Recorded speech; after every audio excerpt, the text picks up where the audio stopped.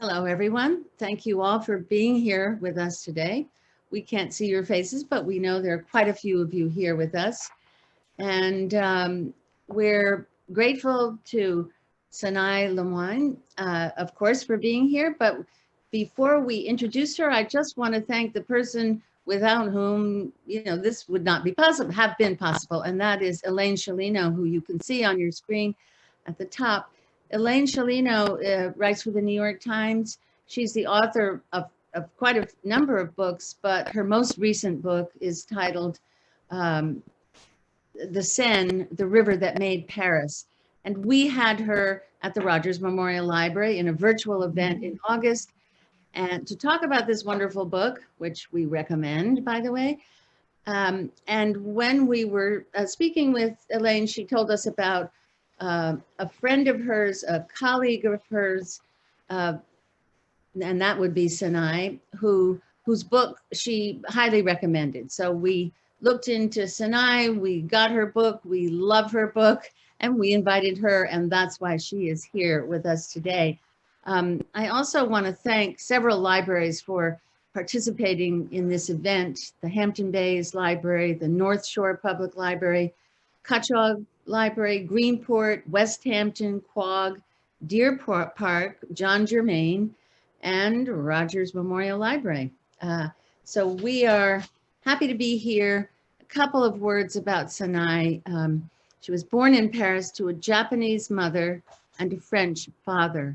She was raised in France and Australia and now lives in New York. She attended the University of Pennsylvania and received her MFA in fiction from Columbia University.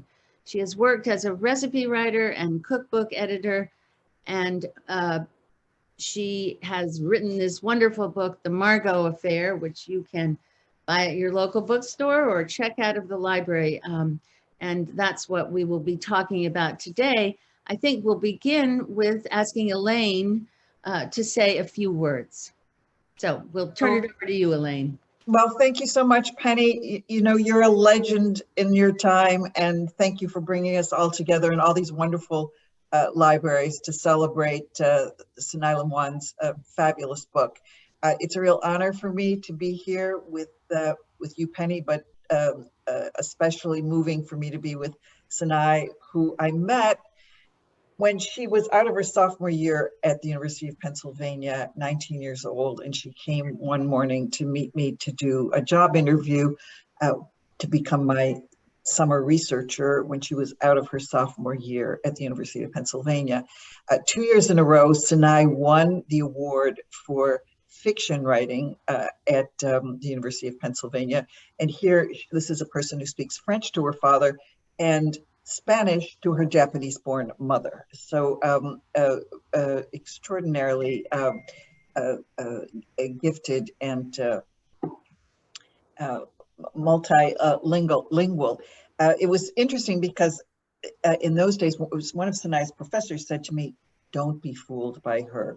She's quiet and she's soft, but she's really strong, and you will see." And I learned that as she joined me, not only for that summer, but part-time and full-time intermittently over the years. And I still keep all of the memos that she wrote for me when I was writing my book called La Seduction, and I use them as models whenever I hire an intern or a research assistant. And when I was teaching at Princeton, I said, this is the model of a memo. And because I started out in life as a researcher, I found Sanae's memos. And one of the memos she did for me was on the kiss. It was called The Baise-main, the Bis, and the French Kiss. Now, the Baise-main is the hand kiss, the Bis is the cheek kiss, and the French kiss is what we know as the French kiss. And what she wrote is she quoted someone in that memo saying, "The phrase French kiss appeared in British and American speech shortly after World War I, before which there was significantly no equivalent term." So she took the subject extremely seriously. She also wrote memos for me. And one day she said to me, "Elaine, I have to send you a memo about my father's hairdresser because he's so seductive." I said, "Sanae, how can a hairdresser be seductive?" So Sanae, because she's so demanding and she does good work, she went out to dinner with her father and her father's hairdresser. And this is the beginning of the memo that she wrote about her father's hairdresser when she was probably, maybe by then you were about 20, Sanae. Okay. Michel Capot is a tall, thin man with graying dark hair combed back and a prominent nose. He is wearing dark blue pants and a light blue button-down shirt. From the open buttons, I can see a dark t-shirt. He wears a soft jacket he will keep on during the dinner. He orders a meat terrine with pistachios and pickles as a starter, and then a turbotin with demi-sel buttered mashed potatoes. For dessert, he decides to continue with a savory choice, Saint-Nectaire and Brie, while I order strawberries and raspberries. There is a Saint-Julien Bordeaux. Michel drinks more than half the bottle. And I'm reading this because I think it says something about Sanae's voice, which has been so strong and so sure all of these years. And she's written a novel whose heroine is 17 years old. And I like to say that Sanae's voice was that of a mature young woman even back then. So with that, I'm going to turn over our presentation to Sanae Lemoine, who my daughters, she's in between the age of my two daughters, and she's friends with both of my daughters, kind of refer to as my third daughter. So over to you. Thank you, Elaine. I had completely forgotten about that dinner, and it's amazing to relive it through that memo that I wrote so many years ago. And thank you for that beautiful introduction. And thank you to Penny and the Rogers Memorial Library. It's such an honor to be here. This is actually my first library event since my novel was published in June. And you know, like many writers, I was a very solitary, introverted child, and I fell in love with books and reading at the library. I would spend all my weekends at the neighborhood library in Melbourne. My dad would take me. And I remember I outgrew that library, and then we had to drive a half hour to a bigger library. But you know, as Elaine mentioned, I've lived in a few different places, and libraries have always been a constant, no matter where I am, and a place that feels like home. So it feels all the more special that we're tuning in from different parts of the world. And you know, Elaine's in Paris, I'm in Brooklyn. I think, you know, several members of the audience are probably in the New York region or maybe elsewhere, as we are nowadays. So it's really a delight to be with you all. And I thought I would tell you a little bit about myself, since it's the first time that we're meeting. And I know you, Elaine, spoke a tiny bit about my biography, but maybe it's confused you, so I'll expand on it. So my mother is Japanese and my father's French, and I was born in Paris, and we lived there until I was 4. And then we moved to Australia, to Melbourne, where we stayed for 8 years. And Elaine mentioned that I speak to my mom in Spanish.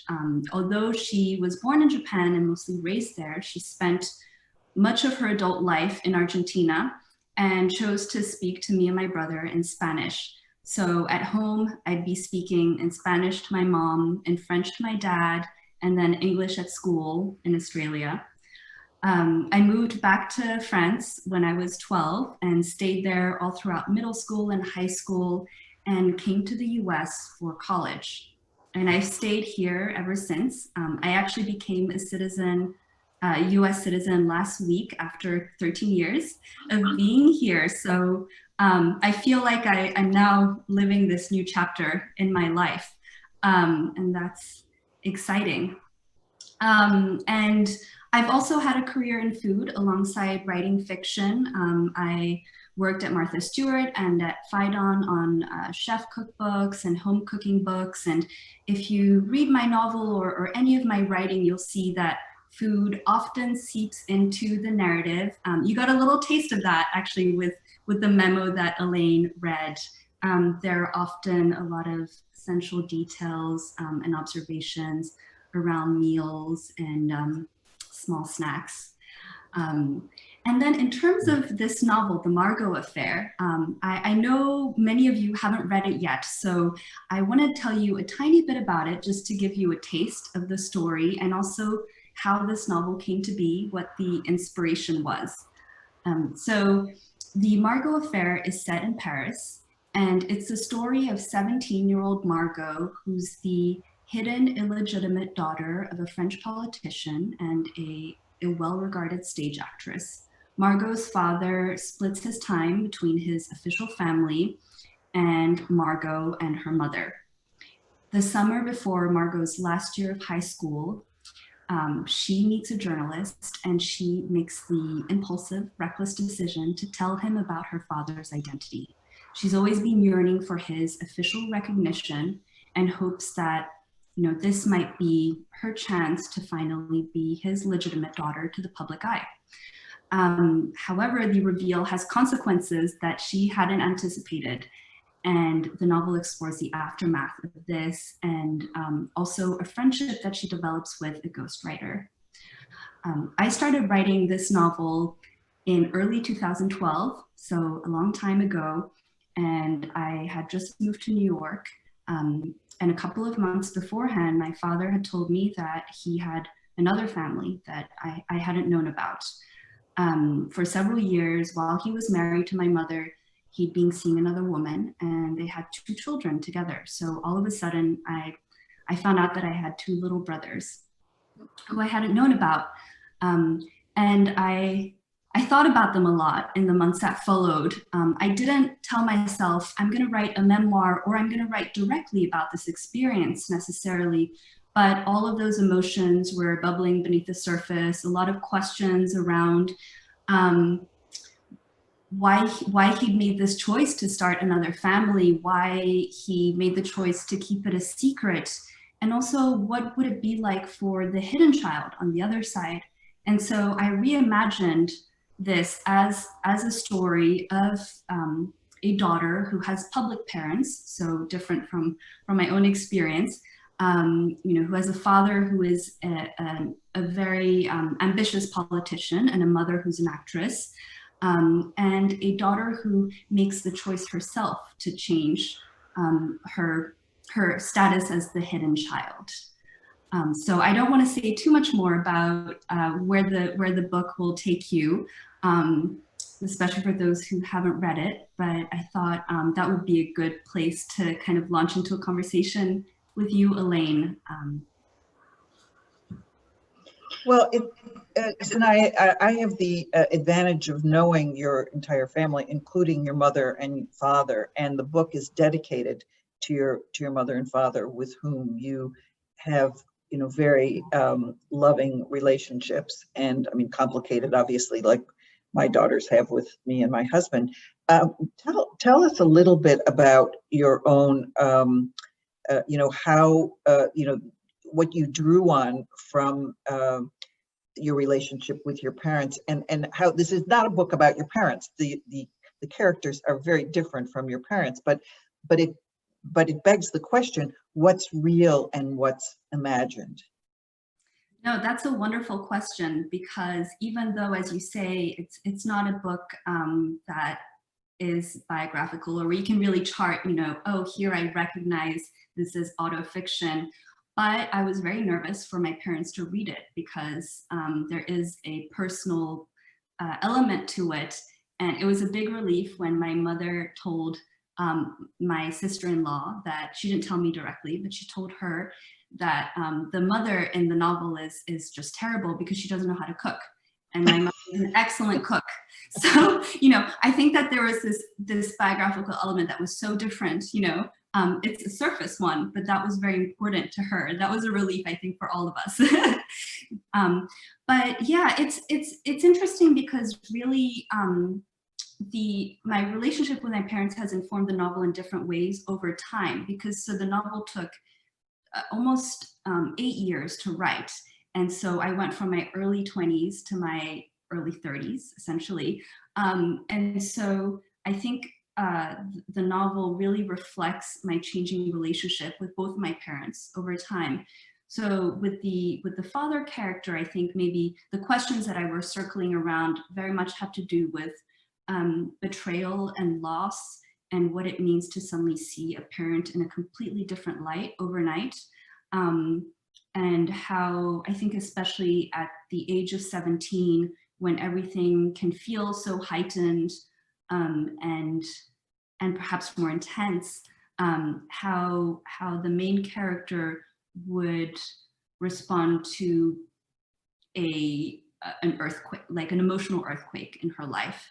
And that's how it felt for me with my father, that we had always been extremely close. He was the person that I turned to whenever I was sick or heartbroken, whenever I needed practical advice. Even though he traveled a lot and wasn't often at home, he was the person that I would call in college, for example.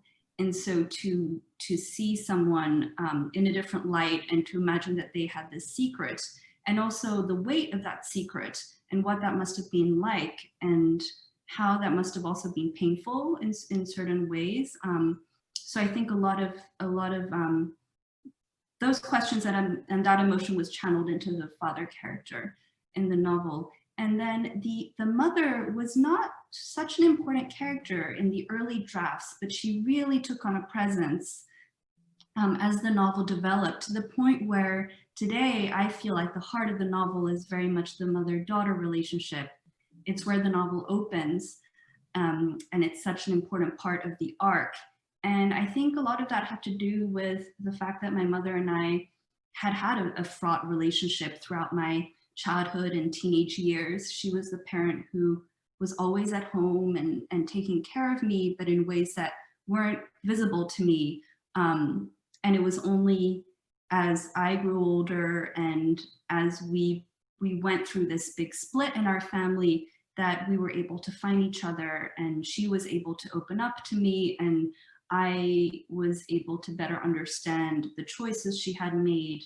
And, you know, what, I guess as I inch closer perhaps to motherhood, you know, I start to see her perspective differently.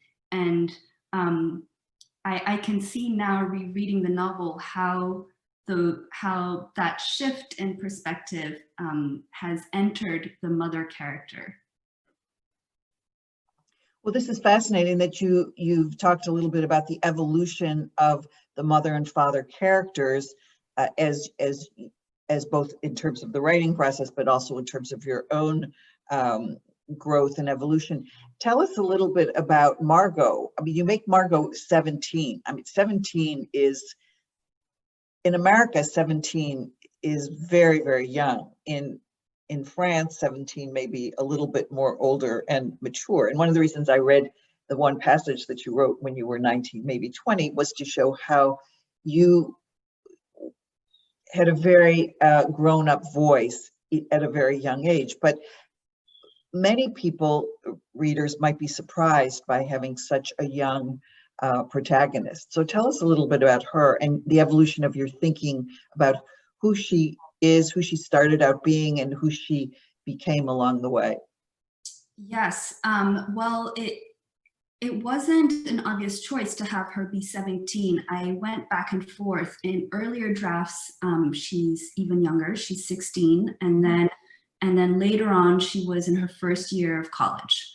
So I went back and forth, and finally, I think it was maybe halfway through the process of writing this book, I decided to stick with 17, mostly because it felt important to set the novel in the last year of high school, which in France is a really difficult and transformative year. You are working towards these end of the year exams that are extremely grueling. Basically, your entire life is defined around the end of the year exams at the end of your last year of high school. And if you don't pass those exams, or depending on your grade, you can't study what you want to afterwards. I mean, they really determine everything, and they don't happen until June. So I thought that it would be an interesting container to have. There's so many different levels of intensity. There's the fact that she's 17 on the precipice of becoming an adult, you know, 1 year, like 18 is an important year in France. So 1 year away from that. that she is working towards these exams, that she feels like she finally is discovering her power and perhaps has agency in ways that she couldn't see before. She's also discovering her sexuality and how she's perceived by others, men and women. She develops a friendship with an older couple. So it became just very interesting for me as the writer to really lean into the turmoil that she would feel throughout that year as a real kind of point of time of transition where a lot is possible. But what I was really also excited to do was create a voice that would feel both naive and wise. And there are parts of the novel where I think you as the reader who are older than Margot and wiser can tell that she's making a terrible decision, or there's so much that she can't see and she's blind to her circumstances.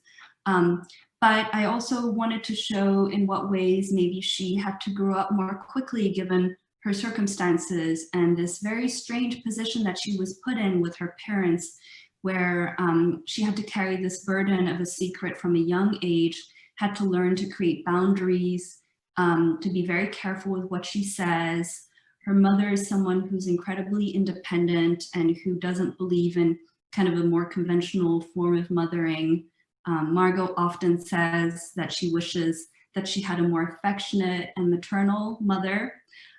So I think she's really a product of kind of those different forces. And my hope is that the novel, which is told in first person, gives you a glimpse of this young woman who is on the one hand very, very young and naive, but also powerful and independent and bright and able to observe the world in this interesting way.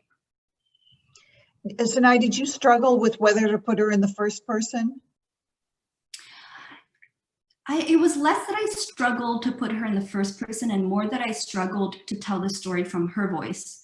So in early drafts, I actually had several characters narrating this novel. I had 4 different characters alternating. I didn't land on her voice until much later. I had a version that was told in first person Margot and third person another character. And finally one day I think I had really hit a roadblock. I couldn't bring the story together. And I remembered the advice of a teacher at Columbia who kept telling us, why don't you tell the simplest story to all the students in his class? You're always trying to write such a complicated story and just simplify and pare it down and see what happens. And so that's what I did. I chose just Margot's voice and wrote the entire book from her perspective. And then I also wrote it in a chronological manner, which earlier versions were not chronological. And so this novel takes place over just 1 year. It starts in the summer, it ends in the summer, and it takes place mostly inside apartments and within Paris. And so once I had those constraints in place, it was actually really fun to be able to, kind of play around with, like it creates a container that in a sense for the writer is reassuring, because then you can be a little more experimental, but you know what the boundaries of that world are. Sanae, how do you have the patience to write like this? I mean, this book took a long time. It took, a quarter of your life to write this book. I really, it's coming to it as, a journalist who did daily journalism for so long, where you write your story, it's in the newspaper the next day, it's instant gratification, you see your name. This was a long, long slog. And you write in the acknowledgments to one of the people who was important for you, that this person made the process seem less terrifying and lonely. I mean, how do you do it? Yeah, it was slow, and there there were so many moments when I was incredibly discouraged. I think one of the hardest things of being a novelist, someone who only writes novels, is that you don't get a lot of feedback or even gratification along the way. You need a full novel before you can even find an agent.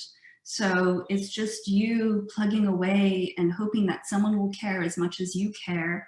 There were several times when I set the book aside for months and thought that I was done, and I would just have a career as a food editor, and that would be great, or as a teacher.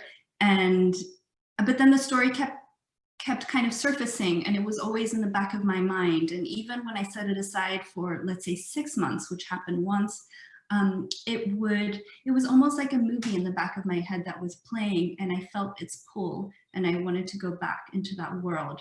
There were just times, like maybe the way it is with a difficult relationship, that you need to take a little break. So there was a lot of that. It wasn't constant work every single day. It was sometimes constant work for a month of waking up really early and writing before going to work, or writing on the weekends. Nights of crying all night because I felt like I just couldn't solve it. And then the really funny part is that it goes by quickly. Life does go by quickly, and suddenly it's 10 years later, or however many years later, and it feels like a faraway thing. I do have to remind myself, now that I'm working on a second book, that it's not going to happen overnight. I think there's this restlessness and this impatience of, well, I should be able to write it in a couple of months or a year. But I do feel it's different for every writer, but for me, I need to be able to step away from the page and come back to it, especially with a book that is layered and, that hopefully is growing with the writer as well, alongside the writer. And tell us about the ups and downs of finding an agent, finding an editor, working with an agent, working with editors, which could be of use to other novelists and young writers hoping to be you. Yeah, no, it's a very difficult process, and unfortunately, it's a pretty obscure process, and everyone works a little differently, so it's hard to get information, even as you're trying to embark on that journey.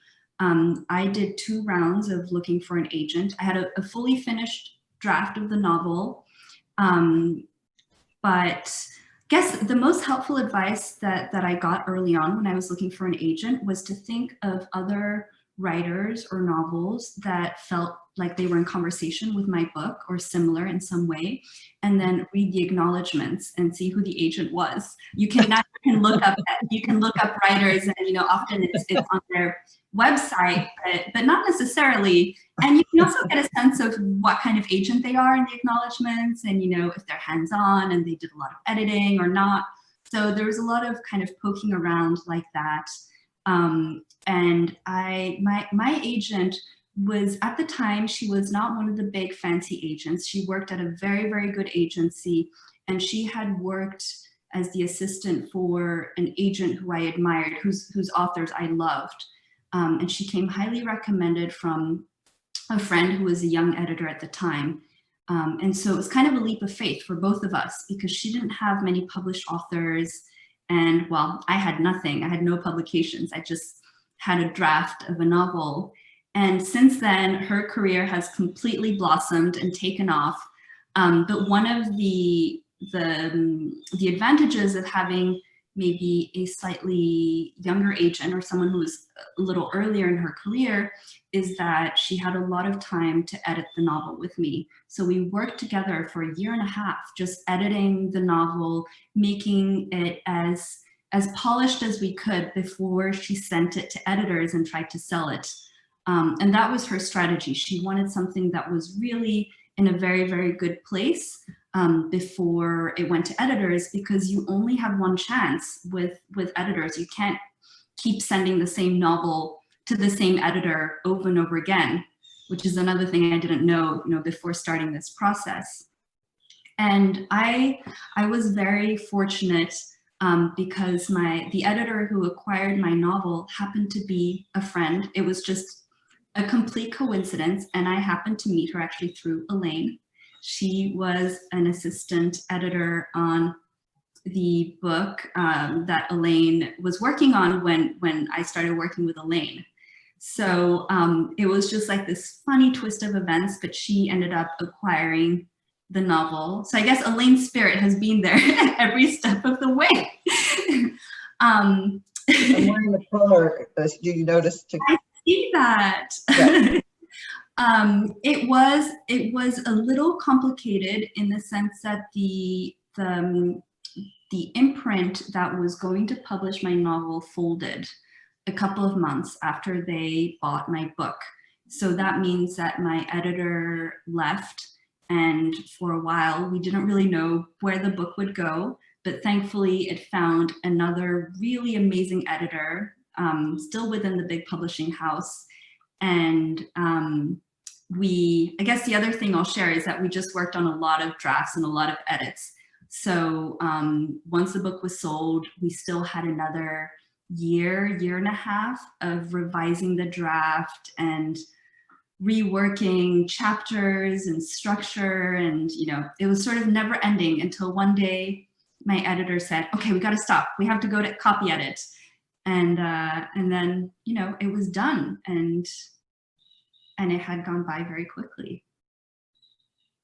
Sanae, I'm asked all the time by young people who want to become journalists, how do I become a foreign correspondent, or how do I even become a journalist? And I say, make sure you have a plan B, because it's not like it used to be when I started out in journalism, that you could aspire to having a full-time job with health benefits and a pension and be completely independent. And I say, pretend you're a novelist, that you may never know where your next paycheck is going to come from.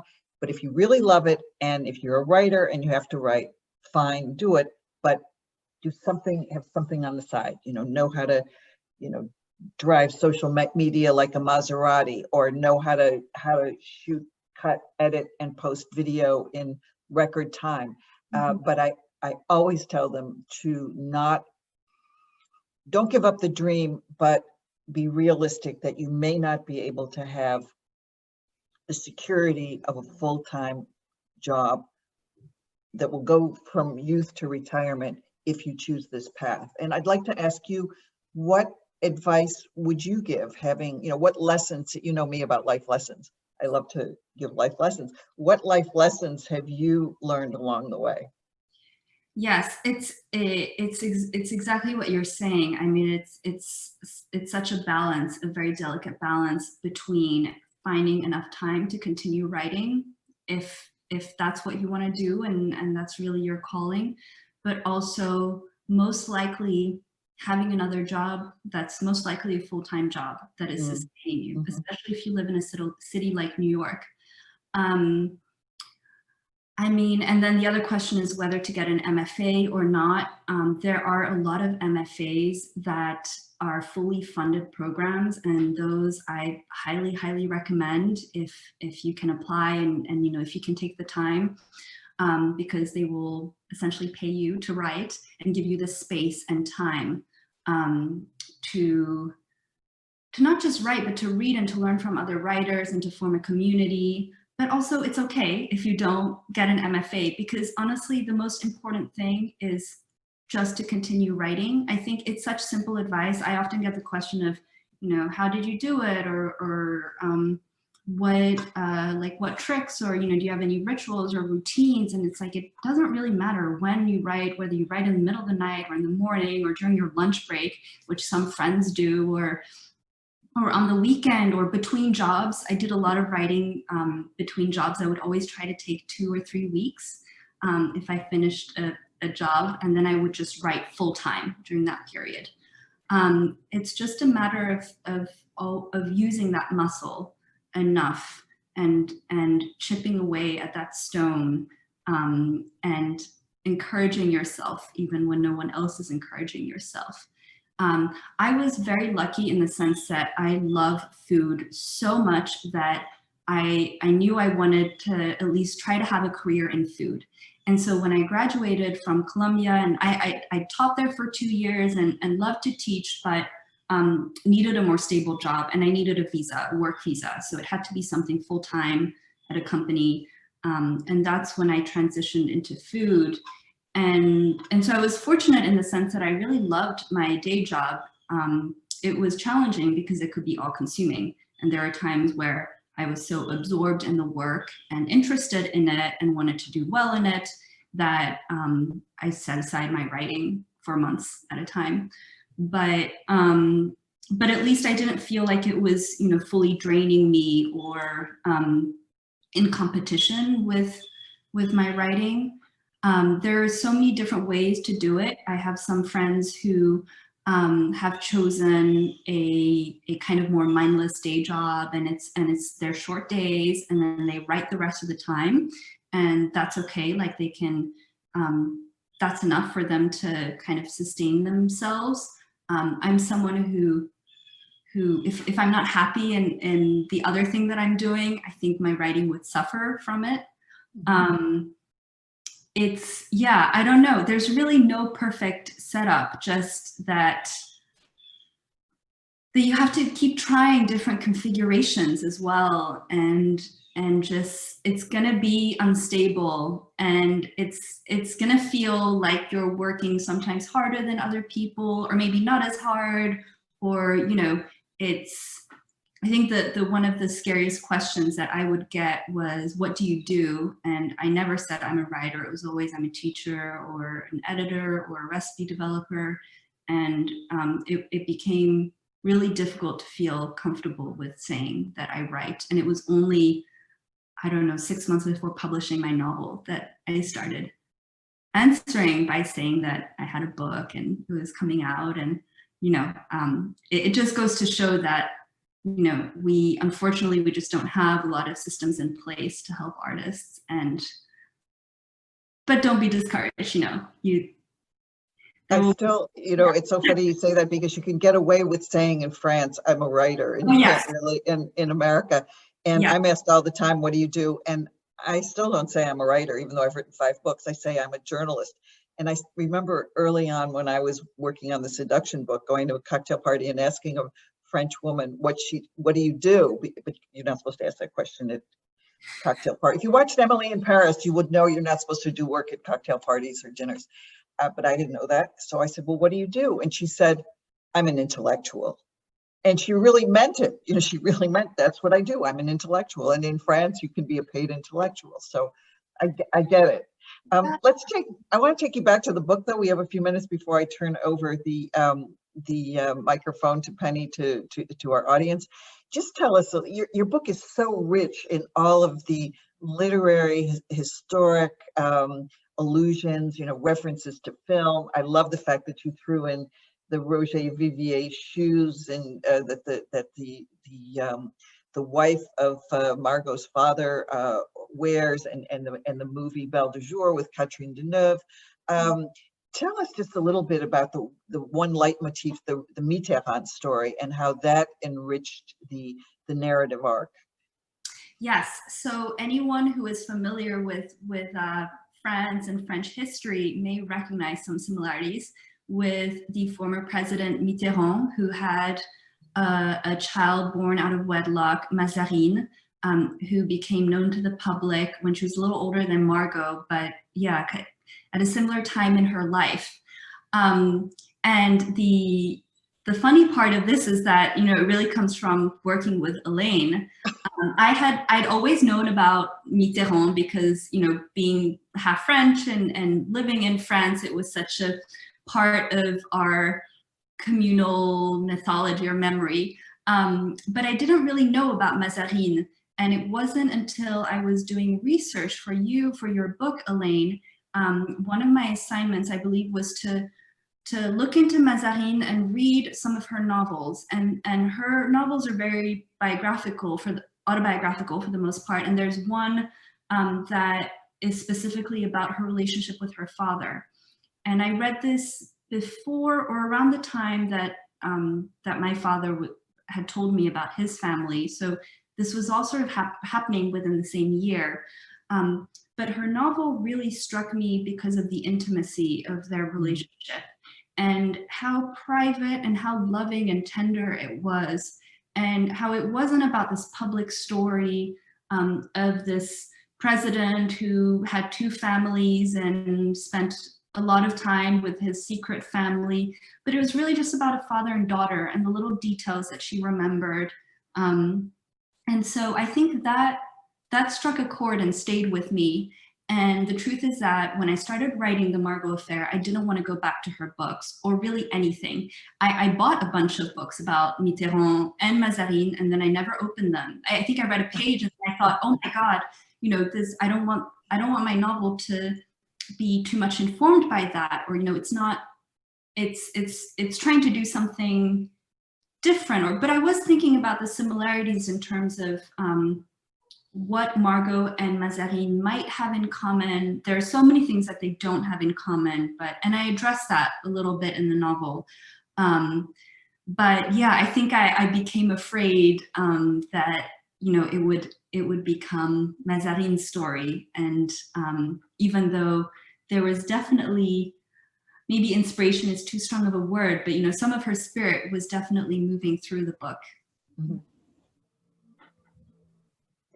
You know, I wonder if this would be a good moment to see if there are people who are tuned in that might have questions. What do you think, Penny? I think this is a good time to do that. But I have to say that when I was reading the book, Sanae, I had no idea, although I wondered whether this had any, you know, bore any resemblance to events in your life or your situation. And I just found it out. It's so interesting that you choose to write this book from the perspective of the hidden child, since that was not your position, actually. And so I'm very curious about how writing it that way affected your relationship with your half-siblings. Yes. Yeah. I mean, I think initially this wasn't very conscious, but as I was writing it, I realized that, well, maybe it wasn't so different. I mean, we are all sharing a father. This was in kind of a hypothetical situation, but, you know, it's really more about a child's love and their insecurities and how being part of a double family might affect how they perceive their parent, how they perceive their parents' love and devotion. So my younger siblings were too young, and they're still very young. So it's not something that we've, you know, spoken about. However, I was obviously nervous for my father to read the book more than, you know, I don't know, maybe I imagine my little half brothers one day maybe will read it in a couple of years when they're older. But, you know, when my father read it, it was very sweet. He said, I'm so proud of you. He doesn't read a lot of fiction, or really ever. So I was just surprised that he'd read it. And he said, oh, I loved all the, you know, there are a couple of little details that I recognize. Like, I also wear a white apron, and the father wears a white apron when he washes dishes. And, you know, so he had picked up on those elements, but he didn't say anything in terms of the elephant in the room. You know, it was just it was just kind of left hanging there. And then I wrote a few personal pieces about the book around the book publication. And it's really after writing those pieces and when he read them that it started a conversation. And something very moving happened. He had never formally apologized about what happened. It happened, and he told me, and he was very matter of fact. And I had always hoped that, you know, one day he would apologize for how much it had hurt me and my mother and all of us. And the apology did come over the phone this summer after he had read the novel. And I wonder, you know, if I hadn't written this book and if there hadn't been this opportunity to talk about it, we both aren't comfortable with confrontations. He's much less comfortable with them. But it's kind of to me, it seems really extraordinary that we were able to, you know, have this very open conversation, maybe thanks to the distance of the phone as well. And, you know, we weren't looking at each other's faces, and that we finally could hopefully, you know, not move past it. It's like something that's reconfigured your family and always exists, but at least talk about it in a very open manner. Yeah, I mean, it's remarkable. So this event, your writing of this book and its publication, has what obviously had a huge impact on your entire, you know, your mother, the mother of his other children, you, your half siblings, maybe at some point. But I mean, it's been a huge event, I imagine. And when you mentioned that he told you, was it something that you found out later and your mother knew earlier, or was the whole thing, did it come out at once? Yeah, he told me first before telling my mother. That was part of the challenge. And Okay. so I knew for a little while before anyone else knew, because we were very close, and it put me in this difficult situation where I wasn't sure what to do or where to place myself within my parents' relationship. Thankfully, it was just for a short while, but yeah.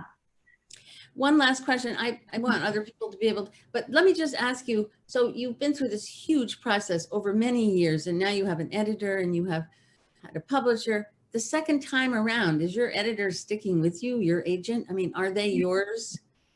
Are they in your corner now? Does that make it easier the second time? Yeah, so my agent, I hope it'll be for life, because I adore her. She's really incredible. And I was very lucky that we sold 2 books. So I have a second book that I'm working on that is completely unrelated to the first novel, but also a novel that I'm working on with the same editor. Okay. And she's also just incredible to work with, and very hands-on as an editor. So I hope that we can continue working together for a long time. Let's go to a couple of questions here. There's one questioner, Ellen Seifert, who wants to know how many people are listening. I believe the number may be 19, because that's what I see. She's in Fort Lauderdale, by the way. My sister's in California, by the way, watching. Oh, wow. And, so she also comments, I was very interested in learning more about Sanae after reading the acknowledgements. I am not in the habit of researching about the author, but the voice in the book resonated with me. Now, maybe she's kind of had this question answered by your very generous remarks about your book. But Deborah Schroer asks, could you speak about Margot's relationship to David and his wife and the resulting difficulties because of each of their choices? Yes, so I know we haven't touched upon this, but I had mentioned earlier that Margot develops a relationship, a friendship with a ghostwriter. So David is the journalist that she speaks to early on in the book when she decides to spill the secret of her father's identity. And David's wife, her name is Brigitte, is the ghostwriter who becomes interested in Margot's story. So Margot develops this friendship with both of them, but mostly with David's wife, who is in her late 30s, and Margot sees her sort of as an alternative to her mother, as a mentor, as someone who adopts her into her home. One thing that I had mentioned earlier is that Margot has a very difficult relationship with her mother, and doesn't really feel loved or cared for in the ways that she wants to be. So in David's wife, she sees the possibility of an alternative home during this very difficult time in her life. And I'm trying to think of how I can answer this question without revealing too much of the plot. But I think it's really about a friendship between a younger woman and a woman who's slightly older, but who's still younger than her mother, and their different desires and where they intersect. and this woman's professional ambition and her desires to become a mother, and how they come into conflict with Margot's own desires. But Deborah, I would be happy to talk about this more if you would like. You're welcome to reach out via email, or or through my website, and maybe I can answer more specific questions if that's useful. So maybe that could be the answer for Ellen if she doesn't feel. I don't know when that remark was made, but maybe she can reach out to you via your website as well. Yeah. Anyone is welcome to you'll see there's an email address on my website, and there are a couple of recipes from the book, even if you are curious. I read all your recipes, and I was and beautiful photography. I guess that's on. I've forgotten where I've seen that, but on your website.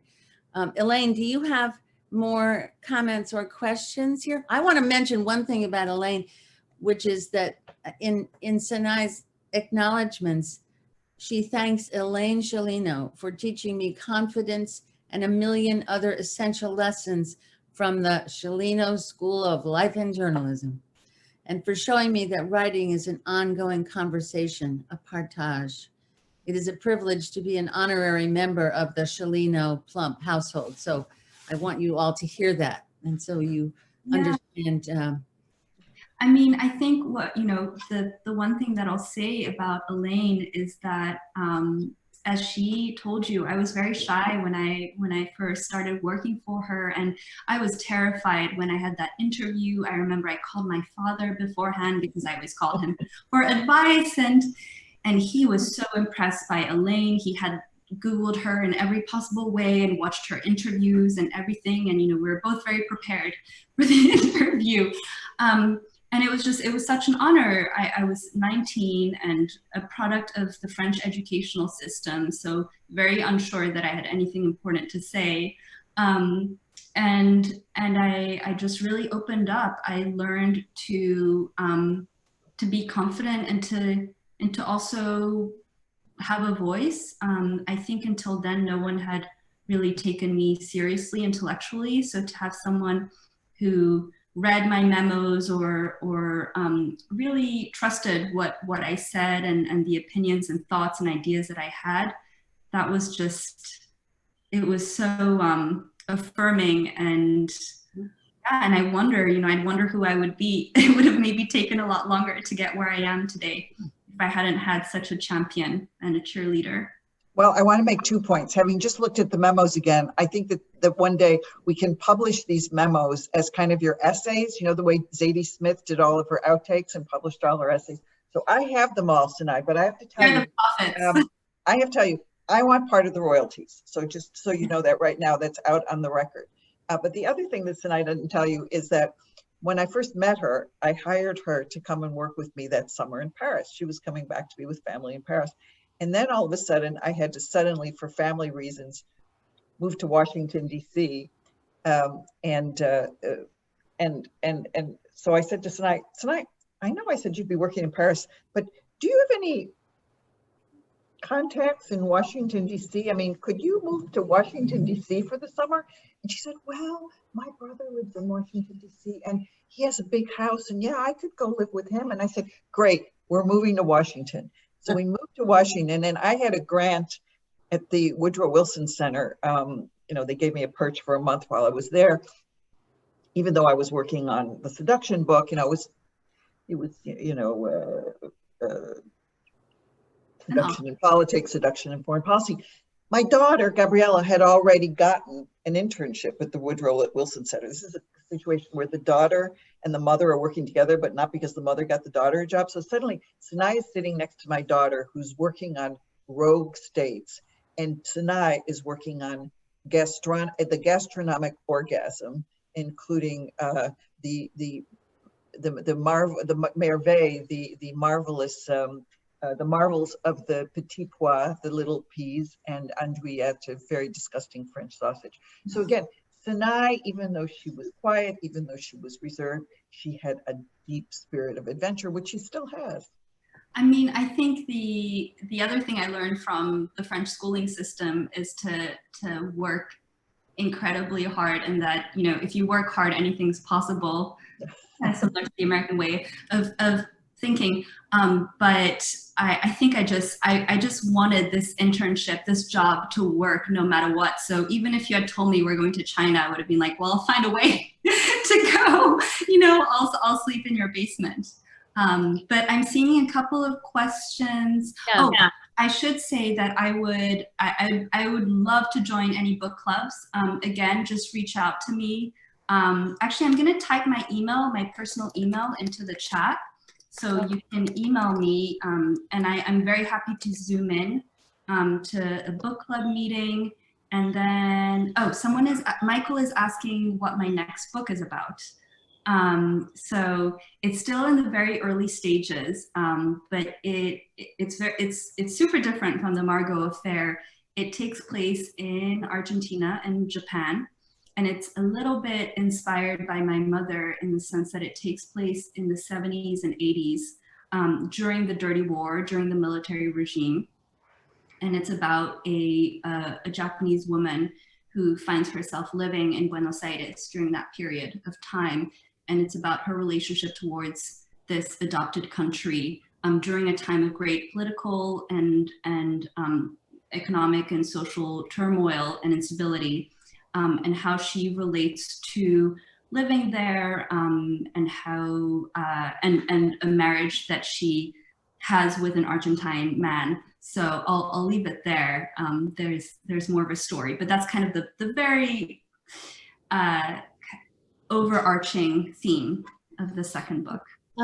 Just a quick comment and a question. The comment is, your life has indeed provided you a vast canvas on which to draw from books, and we're all happy about that. And the last little question is there a film in the future for this book, this Margot affair? I would love the book to be adapted as a film. There isn't anything yet that's concrete. I'll let you know. If that happens. I do think the book, for those of you who have read it, and even if you haven't, you'll see it's quite visual, and there are a lot of descriptions. The way that I wrote it was very visual. I could see everything happening as though it was a film in my head. So yeah, it'll be interesting if it ever turns into a movie, and to see, you know, that taking place outside of my head. We'll be there in the front row. Thank you. We'll be there. I think this is probably a good time to wrap it up and give you so much thanks. Thanks, Elaine, for being here from Paris when it's dinner time. Well, maybe not yet in Paris, but thank you for almost curfew, 2 hours away from curfew. Oh my goodness.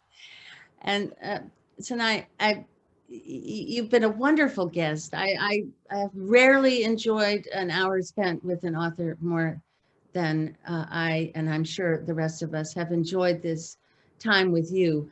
I'm not primarily an author reader, and this is one of the most engrossing books I have ever read, so I recommend it. And I want to thank you again and again, and we will keep in touch and keep tabs on what you're doing, and when we can, hopefully we'll meet up with you again. You've been wonderful as a guest. Thank you so much. Thank you for providing this space for all of us. And, you know, it was always a dream of mine to have an event with Elaine. I imagined it would be in person, you know, but like, this is truly the next best thing. And you've created such a warm space, an inviting space for writers. So I'm so glad that I got to do this on my Wednesday in the middle of the day. So. And there will be a movie. I know there will be a movie. Yeah. Elaine's gonna make this happen. If anyone can, Elaine Sciolino will. You've both been great. You've all been great guests. We know you're great, even though we haven't heard from, we wish we could hear from absolutely everybody, but I think our time is up now, and we'll look forward to the next visit.